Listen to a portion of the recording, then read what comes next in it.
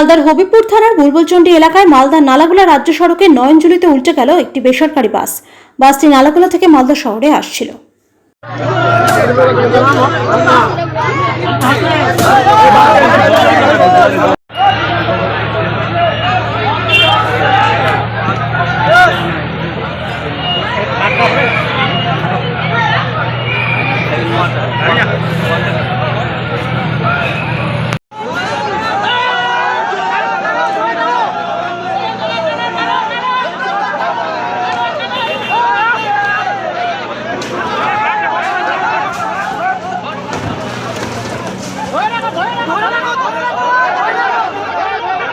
আমরা হঠাৎ করে শুনতে পারলাম অঞ্চলে তারপরে 65-88-52 নিয়ন্ত্রণ হারিয়ে রাস্তার ধারে জলাধারে পড়ে গেছে।